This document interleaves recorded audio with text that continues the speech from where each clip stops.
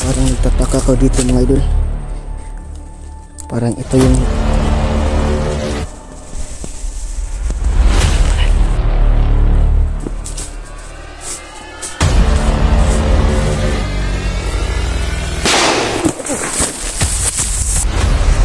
type na itong hayop na to.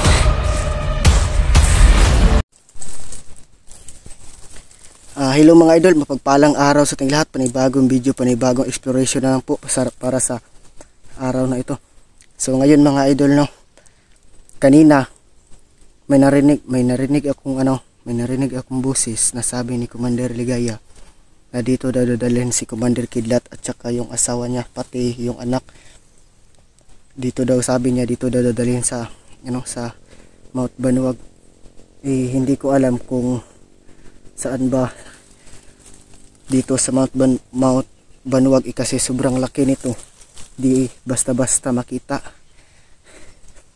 So ngayon mga idol, kahit ako lang mag-isa, iikutin ko tong buong Banuwag para makita ko lang yung kasama ko, kasi si Buster maluba pa yung sakit niya, hindi pa makagalaw ng maayos, kaya sinabihan niya ako na ako na lang daw muna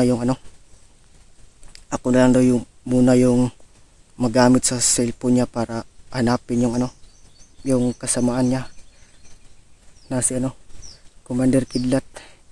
Sana mga idol makita na natin siya, si Commander Kidlat, pati yung pamilya niya, kasi naawan ako.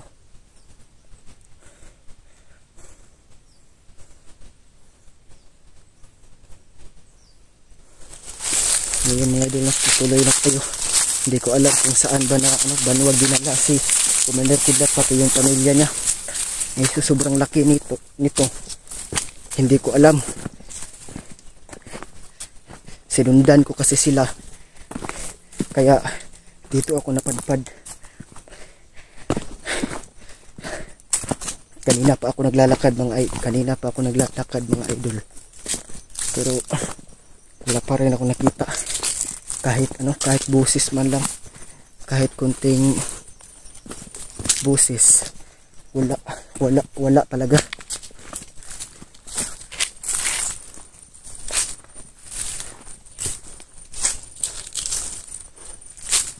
Dito ako dumaan kanina mga idolo, sobrang layo.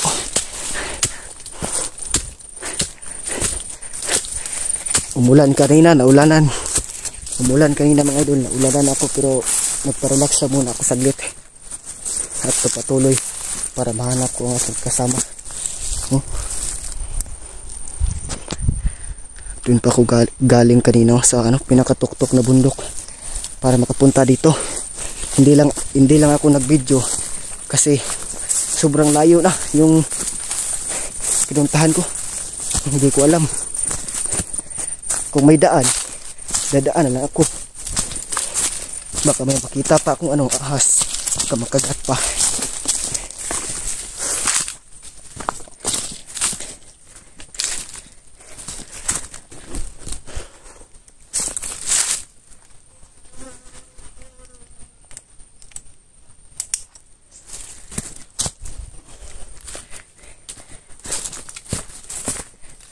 At shout out pala sa nagbigay ng long sleeve, Ma'am Ara Carlos, Nitay ko, maraming salamat sa inyong lahat.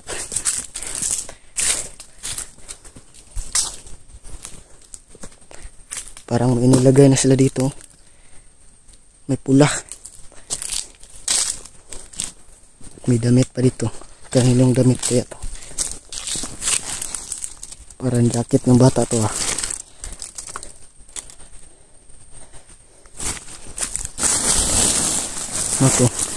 Anong nandito? Wala.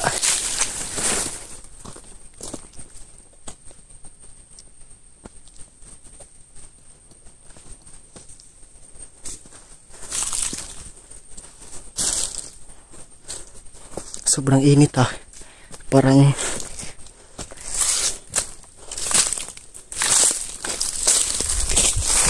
sobrang init, parang sumakit na yung ulo ko . Kakalakad kanina pa.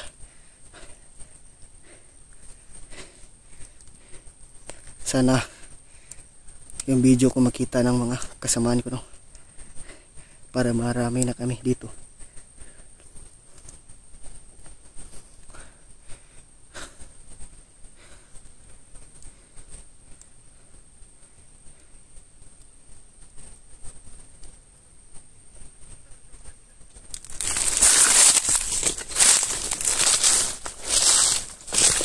Parang nagtataka ko dito mga idol. Parang ito yung ano jacket ng anak ni Kidlat. Siguro dito sila dumaan. Di ko alam kung saan papunta. Yung sabi lang kasi ni Commander Ligaya, yung narinig kong boses niya, saan daw dadalhin, Mount Banuag. Hindi ko alam kung saan ba. Andito na ako sa Mount Banuag, wala pa rin nakikita.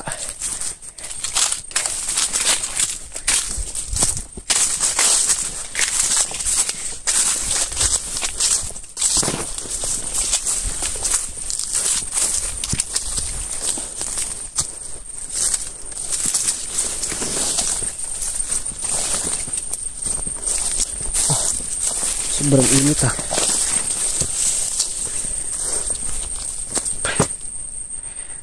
Parang wala namang tao dun sa sa bahay.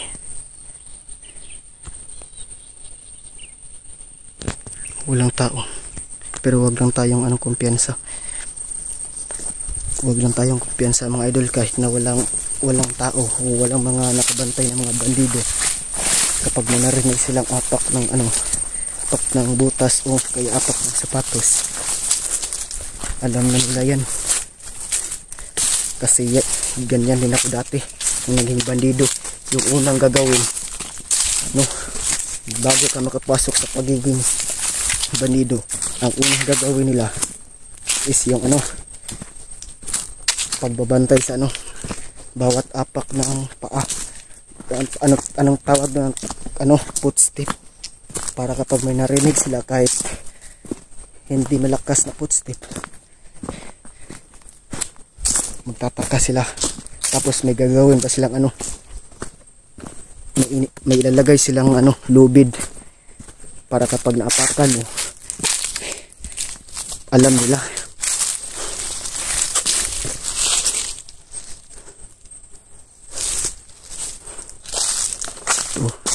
Dito din ako dumaan kanina sa taas. Dito inikot ko na to lahat. Dito mga idol, pero wala pa rin ako nakita.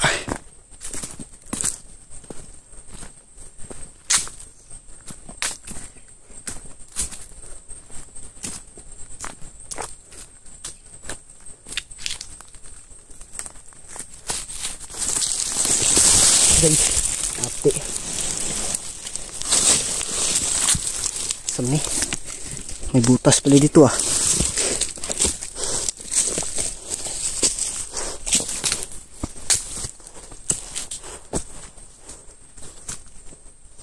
Siguro mga idol, dito na ako dadaan sa taas para kung sakaling may mga bandido, makatago ako ng mabilis.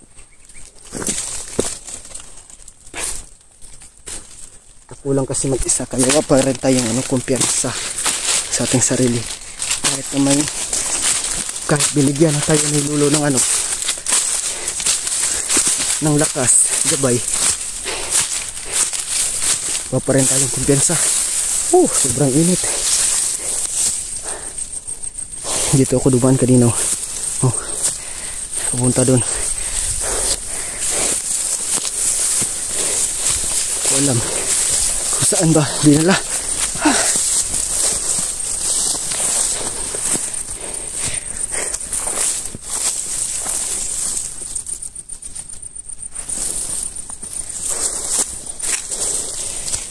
Ito, tataka ako dito ba, bakit nalagyan nila ito ng kawayan, nakalagay number. Ano kayang ibig sabihin ito? Bakit may mga number silang nilagay?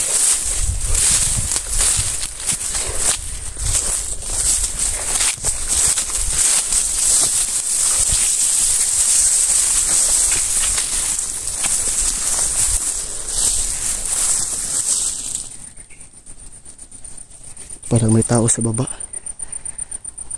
Parang may boses.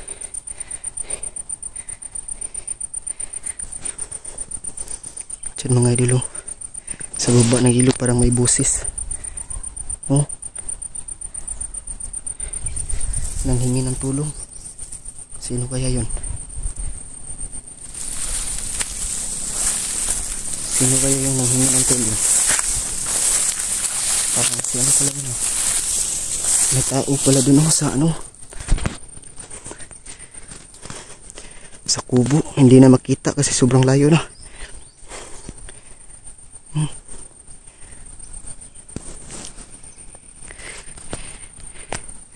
Parang may tao. Bawat kanto may nilagay ng kahoy. Tsaka may ano, pula na silupin.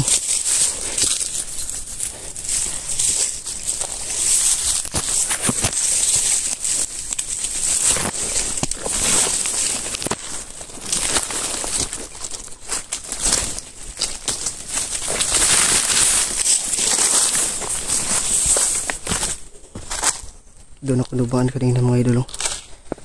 Ikot-ikot lang para hanapin yung kasama ko.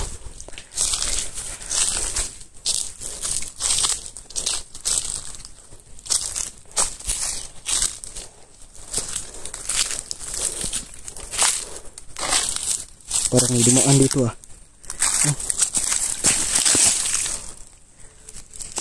Parang may bagong dumaan, ah.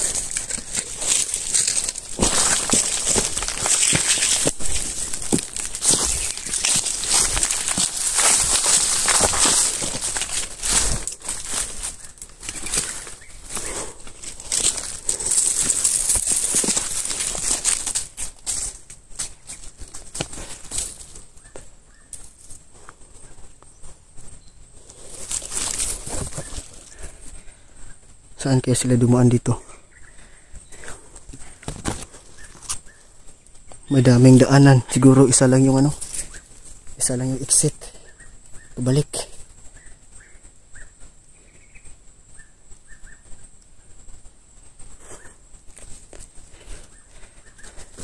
Ingat lang tayo mga idol, baka may patubong silang ano inilagay dito.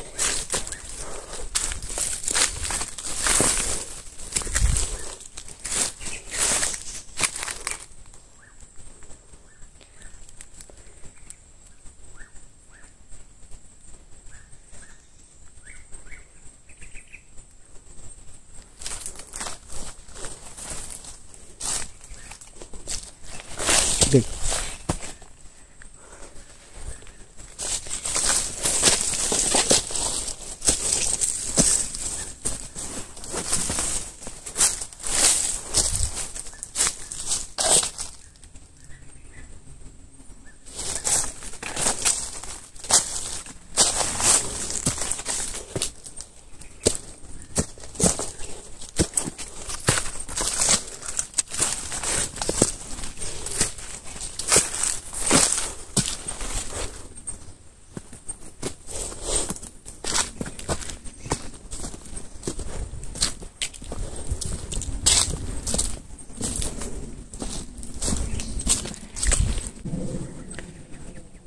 Parang may ano,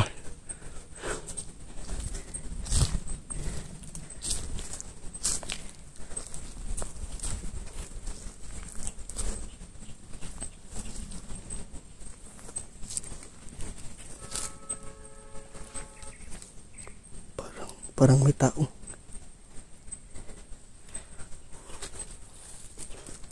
Busis na sasakyan. Busis na sasakyan mga idol, parang punta sila dito. Oh, parang busis na sasakyan na.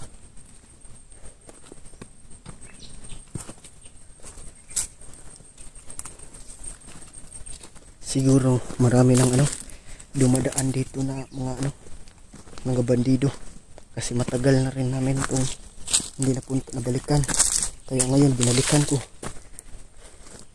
Oh, bawat ano, parang bawat kanto may nilagay silang ano, kahoy na may number. Ano ibig sabihin ito? Parang Madami na siguro. Parang madami na siguro. Madami na nga dumaan dito.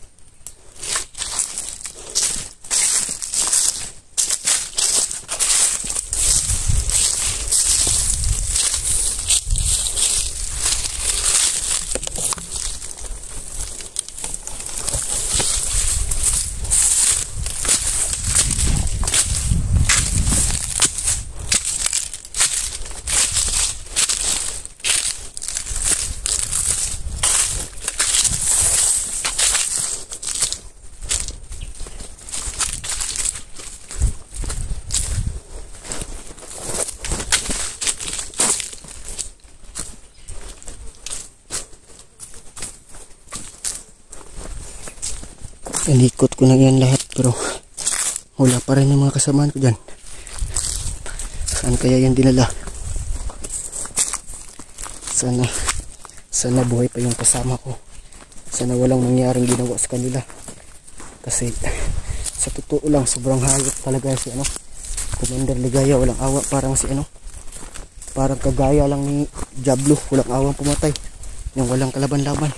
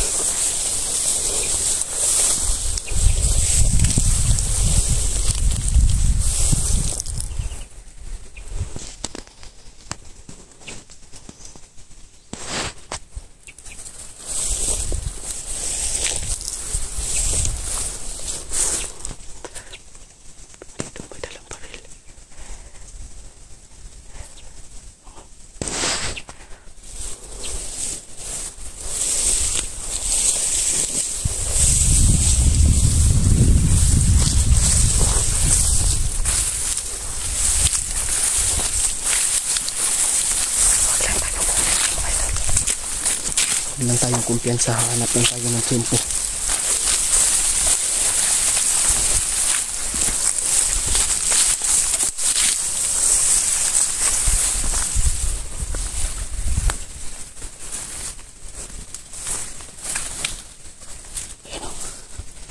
May dalang baril.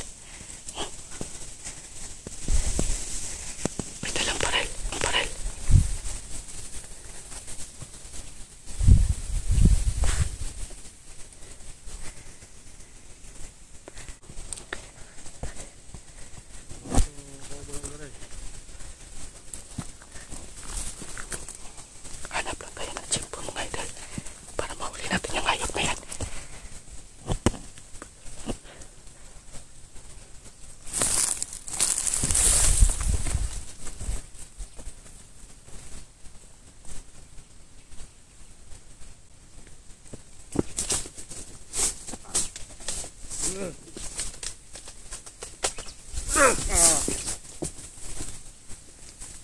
Asa sila, Commander Kidlat?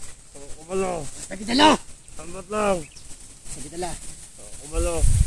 Kumalo.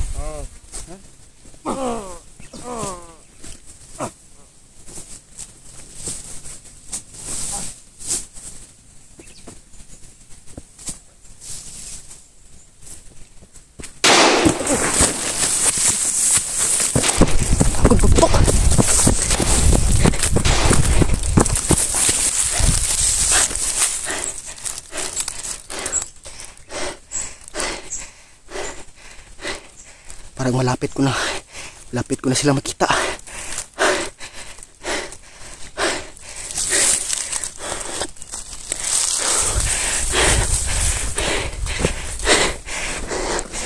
Gago.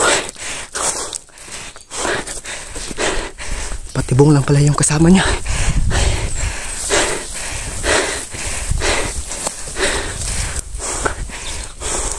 Doon si taas oh. Doon. Nasa taas.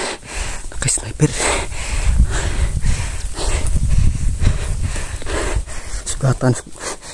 Sugatan yung kamay ko mga idol.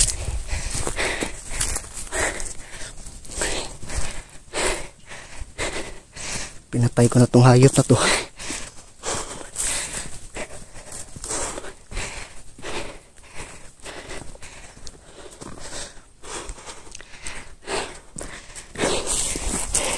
So yun mga idol, abangan nyo na lang yung karugtong ng video ko. Kasi gagamutin ko yung kamot ko, tinamaan ng mga bala, sobrang sakit. Ganito lang mga idol.